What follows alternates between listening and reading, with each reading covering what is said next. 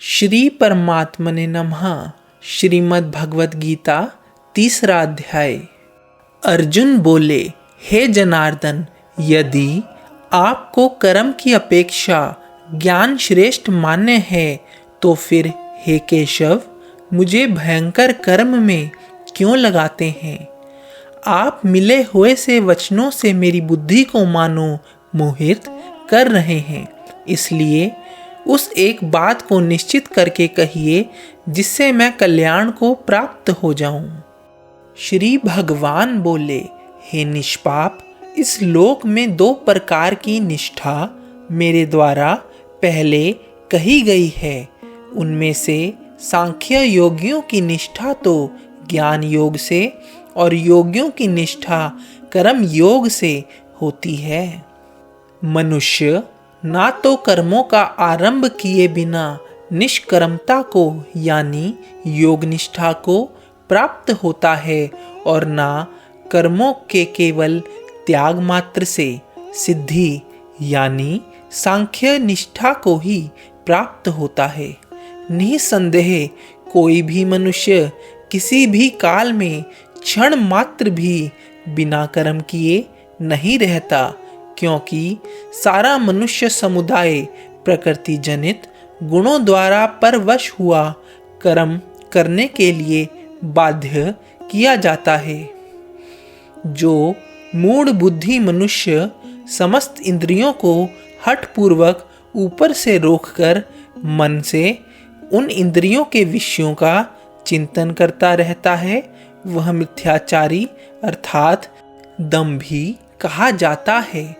किंतु हे अर्जुन, जो पुरुष मन से इंद्रियों को वश में करके अनासक्त हुआ समस्त इंद्रियों द्वारा कर्म योग का आचरण करता है, वही श्रेष्ठ है। तू शास्त्र विहित कर्तव्य कर्म कर, क्योंकि कर्म ना करने की अपेक्षा कर्म करना श्रेष्ठ है तथा कर्म ना करने से तेरा शरीर निर्वाह भी नहीं सिद्ध होगा। यज्ञ के निमित्त किए जाने वाले कर्मों से अतिरिक्त दूसरे कर्मों में लगा हुआ ही यह मनुष्य समुदाय कर्मों से बंधता है। इसलिए हे अर्जुन, तू आसक्ति से रहित होकर उस यज्ञ के निमित्त ही भली भांति कर्तव्य कर्म कर। प्रजापति ब्रह्मा ने कल्प के आदि में यज्ञ सहित प्रजाओं को रचकर उनसे कहा कि तुम लोग इस यज्ञ के द्वारा वृद्धि को प्राप्त हो और यह यज्ञ तुम लोगों को इच्छित भोग प्रदान करने वाला हो। तुम लोग इस यज्ञ के द्वारा देवताओं को उन्नत करो और वे देवता तुम लोगों को उन्नत करें। इस प्रकार निस्वार्थ भाव से एक दूसरे को उन्नत करते हुए तुम लोग परम कल्याण को प्राप्त हो जाओगे। यज्ञ के द्वारा बढ़ाए हुए देवता तुम लोगों को बिना मांग की इच्छित भोग निश्चय ही देते रहेंगे। इस प्रकार उन देवताओं के द्वारा दिए हुए भोगों को जो पुरुष उनको बिना दिए स्वयं भोगता है, वह चोर ही है।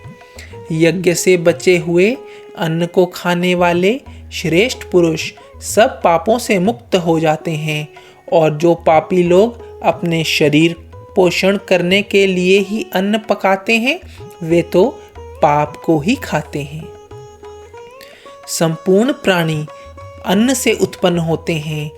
अन्न की उत्पत्ति वृष्टि से होती है, वृष्टि यज्ञ से होती है और यज्ञ विहित कर्मों से उत्पन्न होने वाला है। कर्म समुदाय को तू वेद से उत्पन्न और वेद को अविनाशी परमात्मा से उत्पन्न हुआ जान।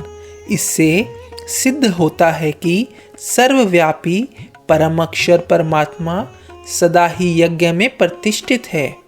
हे पार्थ, जो पुरुष इस लोक में इस प्रकार परंपरा से प्रचलित सृष्टि चक्र के अनुकूल नहीं बरतता अर्थात अपने कर्तव्य का पालन नहीं करता, वह इंद्रियों के द्वारा भोगों में रमण करने वाला पापायु पुरुष व्यर्थ ही जीता है। परंतु जो मनुष्य आत्मा में ही रमण करने वाला और आत्मा में ही तृप्त तथा आत्मा में ही संतुष्ट हो, उसके लिए कोई कर्तव्य नहीं है। उस महापुरुष का इस विश्व में ना तो कर्म करने से कोई प्रयोजन रहता है और ना कर्मों के ना करने से ही कोई प्रयोजन रहता है, तथा संपूर्ण प्राणियों में भी इसका किंचन मात्र भी स्वार्थ का संबंध नहीं रहता। इसलिए तू निरंतर आसक्ति से रहित होकर सदा कर्तव्य कर्म को भली भांति करता रहे, क्योंकि आसक्ति से रहित होकर कर्म करता हुआ मनुष्य परमात्मा को प्राप्त हो जाता है। जनक आदि ज्ञानी जन भी आसक्ति रहित कर्म द्वारा ही परम सिद्धि को प्राप्त हुए थे। इसलिए तथा लोक संग्रह को देखते हुए भी तू कर्म करने को ही योग्य है, अर्थात तुझे कर्म करना ही उचित है। श्रेष्ठ पुरुष जो जो आचरण करता है, अन्य पुरुष भी वैसा वैसा ही आचरण करते हैं। वह जो कुछ प्रमाण कर देता है, समस्त मनुष्य समुदाय उसी के अनुसार बरतने लग जाते हैं। हे अर्जुन, मुझे इन तीनों लोकों में ना तो कुछ कर्तव्य है और ना कोई भी प्राप्त करने योग्य वस्तु अप्राप्त है, तो भी मैं कर्म में ही बरतता हूँ। क्योंकि हे पार्थ, यदि कदाचित मैं सावधान होकर कर्मों में ना बरतूं तो बड़ी हानि हो जाए, क्योंकि मनुष्य सब प्रकार से मेरे ही मार्ग का अनुसरण करते हैं। इसलिए यदि मैं कर्म ना करूं तो ये सब मनुष्य नष्ट भ्रष्ट हो जाएं और मैं संकर्ता का करने वाला हूँ तथा इस समस्त प्रजा को नष्ट करने वाला बनूं। हे भारत, कर्म में आसक्त हुए अज्ञानी जन जिस प्रकार कर्म करते हैं, आसक्ति रहित विद्वान भी लोक संग्रह करना चाहता हुआ उसी प्रकार कर्म करें। परमात्मा के स्वरूप में अटल स्थित हुए ज्ञानी पुरुषों को चाहिए कि वह शास्त्र विहित कर्मों में आसक्ति वाले अज्ञानियों की बुद्धि में भ्रम अर्थात कर्मों में अश्रद्धा उत्पन्न ना करें, किंतु स्वयं शास्त्र विहित समस्त कर्म भली भांति करता हुआ उनसे भी वैसा ही करवावे।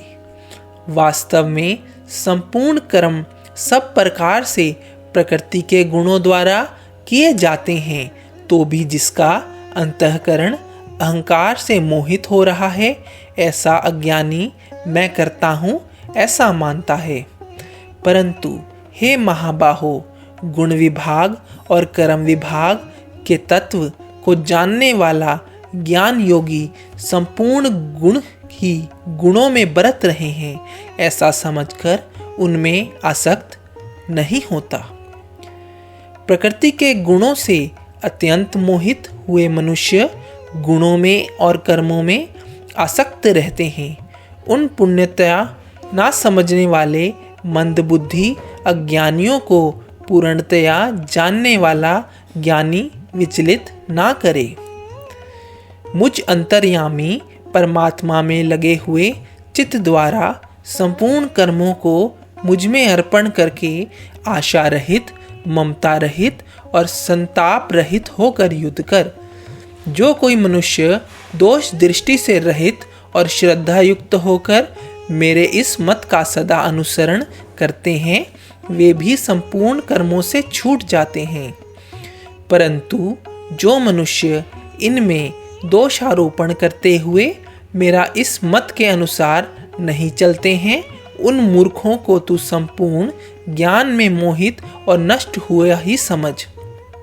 सभी प्राणी प्रकृति को प्राप्त होते हैं, अर्थात अपने स्वभाव के परवश हुए कर्म करते हैं। ज्ञानवान भी अपनी प्रकृति के अनुसार चेष्टा करते हैं, फिर इसमें किसी का हट क्या करेगा। इंद्रिय के अर्थ में अर्थात प्रत्येक इंद्रिय के विषय में राग और द्वेष छिपे हुए स्थित हैं। मनुष्य को उन दोनों के वश में नहीं होना चाहिए, क्योंकि वे दोनों ही इसके कल्याण मार्ग में विघ्न करने वाले महान शत्रु हैं। अच्छी प्रकार आचरण में लाए हुए दूसरों के धर्म से गुण रहित भी अपना धर्म अति उत्तम है। अपने धर्म में तो मरना भी कल्याणकारक है और दूसरे का धर्म भय को देने वाला है। अर्जुन बोले, हे कृष्ण, तो फिर यह मनुष्य स्वयं ना चाहता हुआ भी बलात् लगाए हुए की भांति किससे प्रेरित होकर पाप का आचरण करता है? श्री भगवान बोले, रजोगुण से उत्पन्न हुआ यह काम ही क्रोध है। यह बहुत खाने वाले अर्थात भोगों से कभी ना अघाने वाले और बड़ा पापी है। इसको ही तू इस विषय में वैरी जान। जिस प्रकार धुएं से अग्नि और मैल से दर्पण ढका जाता है तथा जिस प्रकार जेर से गर्भ ढका रहता है, वैसे ही उस काम के द्वारा यह ज्ञान ढका रहता है। और हे अर्जुन, इस अग्नि के समान कभी ना पूर्ण होने वाले काम रूप ज्ञानियों के नित्य वैरी के द्वारा मनुष्य का ज्ञान ढका हुआ है। इंद्रियां, मन और बुद्धि ये सब इसके वासस्थान कहे जाते हैं। यह कर्म इन मन, बुद्धि और इंद्रियों के द्वारा ही ज्ञान को आच्छादित करके जीवात्मा को मोहित करता है। इसलिए हे अर्जुन, तू पहले इंद्रियों को वश में करके इस ज्ञान और विज्ञान का नाश करने वाले महान पापी काम को अवश्य ही बलपूर्वक मार डाल। इंद्रियों को स्थूल शरीर से पर यानी श्रेष्ठ, बलवान और सूक्ष्म कहते हैं। इन इंद्रियों से पर मन है, मन से भी पर बुद्धि है और जो बुद्धि से भी अत्यंत पर है वह आत्मा है। इस प्रकार बुद्धि से पर अर्थात सूक्ष्म, बलवान और अत्यंत श्रेष्ठ आत्मा को जानकर और बुद्धि के द्वारा मन को वश में कर हे महाबाहो, तू इस काम रूप दुर्जय शत्रु को मार डाल। तृतीय अध्याय समाप्त।